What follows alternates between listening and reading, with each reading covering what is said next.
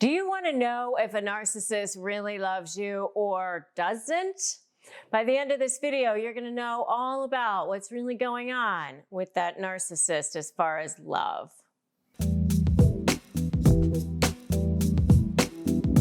Hi, I'm Rebecca Zung, and I've been recognized as one of the top attorneys in the country, and I've written a couple of best-selling books, Negotiate Like You Matter and Breaking Free, a step-by-step divorce guide, and I've helped millions of people all around the world dealing with narcissists. I give you real strategies, real tips, and real resources on how to do that. So make sure that you subscribe and you hit the notification bell. And that way you'll get notified when I upload new videos and go live and do all kinds of fun things just for you. Okay, so let's talk about, it's Valentine's Day, or at least that's when this video is being released. And I'd like to talk a little bit about what's going on. You know, I've had people in my family and people who are close to me, friends who have said, you know, what was really happening? Did she ever love me at all? Or did he ever love me at all? I mean, was that all just a show? Was it, you know, was there any genuine feeling of emotion? You know, I mean, and the thing is that you're dealing with a broken person. So the first thing I just want to tell you when we talk about this is that narcissists are people that are just very, very broken people. And, you know, yeah, there's probably a lot of people just, you know, they don't realize that in some ways, I guess there's, you know, a little bit of narcissistic traits in all of us. I mean, you know, anybody who's on this planet, if you're a human being on this planet, you want to feel seen, heard, and know that you matter. I mean, that's just part of being a human being, and that doesn't make you a narcissist. And you know what else doesn't make you a narcissist? Saying anything nice about yourself. You know, if you say, I think I'm really good at this, that does not make you a narcissist. That makes you self-confident. And if you want to be successful at anything in life, you need to learn how to be more self-confident and have the right mindset. So, you know, making sure that you are feeling good and know that you matter is actually one of the most important steps in negotiating on a successful basis and getting what you want, and not just negotiating, but also navigating your way in the world, having the right mindset. That's actually the M in my matter method. You know, in my book, Negotiate Like You Matter, I go through the methodology of how to negotiate, and M actually stands for my value is defined by me. So, you know, knowing what your value is and defining your value is really, really critical. And that does not make you a narcissist. That just makes you a human being. So the way I look at it is I look at it as a continuum. It kind of goes all the way toward the end.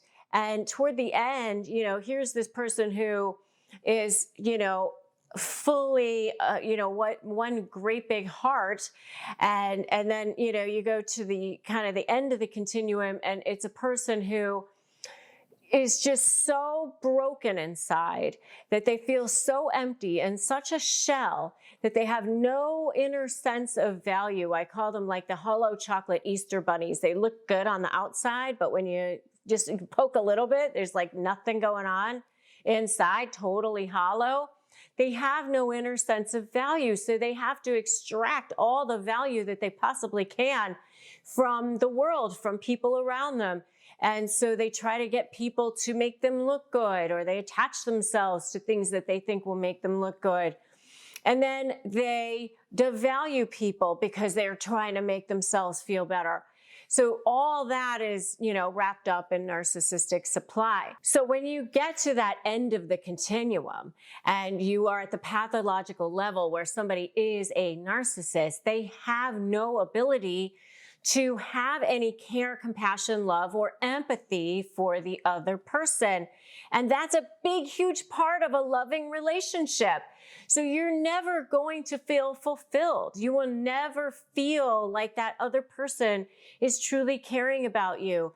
I mean, they might say, you know, I I care about you or whatever, but they don't actually have those feelings. So I highly recommend that you check out my video called "What Does a Narcissist Mean When They Say I Love You?" And what are they really saying when they say that? Because there's a lot of reasons that narcissists will say I love you. I mean, a lot of it is manipulative, and I would definitely check out that video to find out a lot more about what they're really saying when they say I love you to you. But do they really mean, do they really love you? I think certainly a part of them thinks that they do. They love what you can do for them. They love how you make them feel.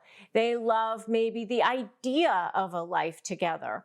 But do they really truly love you in the selfless sense is probably more than you might be able to ask from them. Because the problem with when you're dealing with a narcissist is they feel like if they give anything to anyone else, that means that they won't have. It's a scarcity mentality to the most extreme.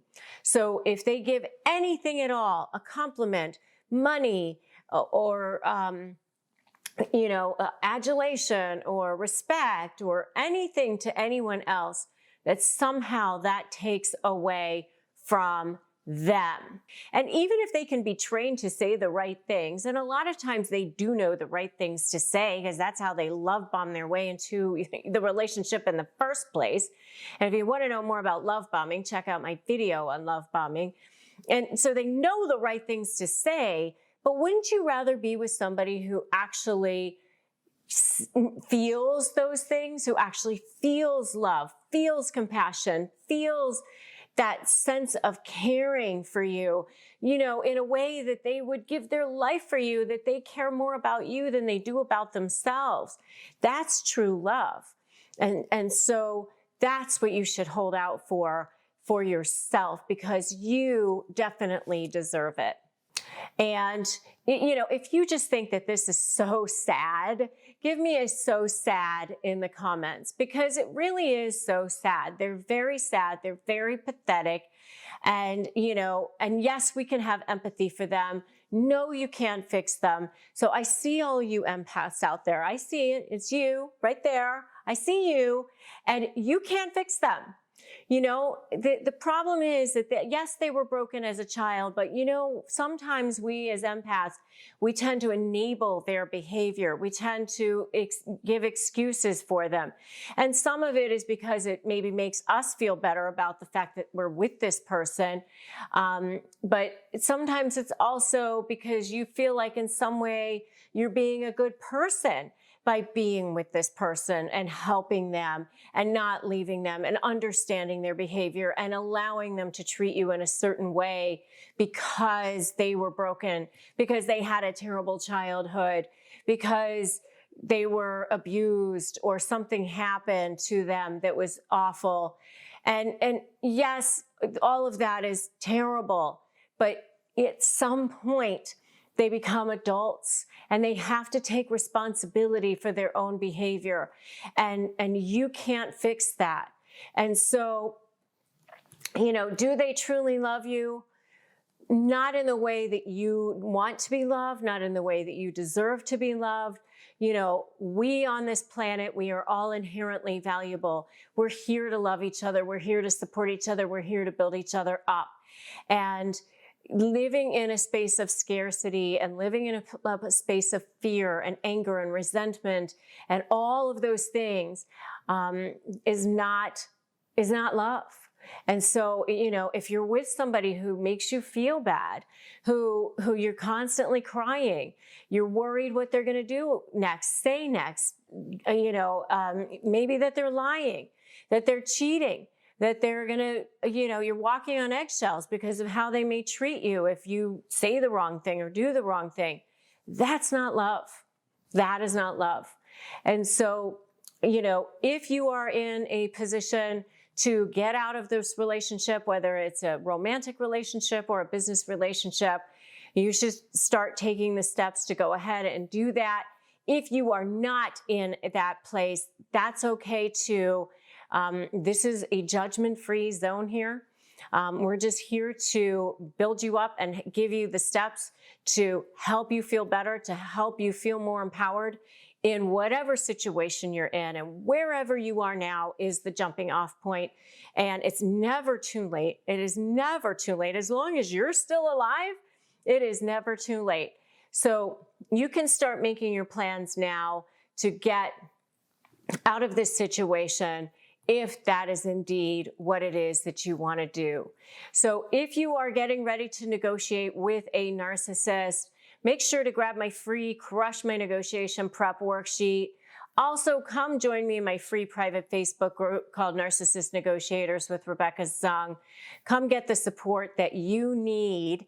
And if you like this video, like it, share it, drop me a comment, and make sure that you have subscribed to my channel so that you can get all the updates on how to help yourself get out of this relationship.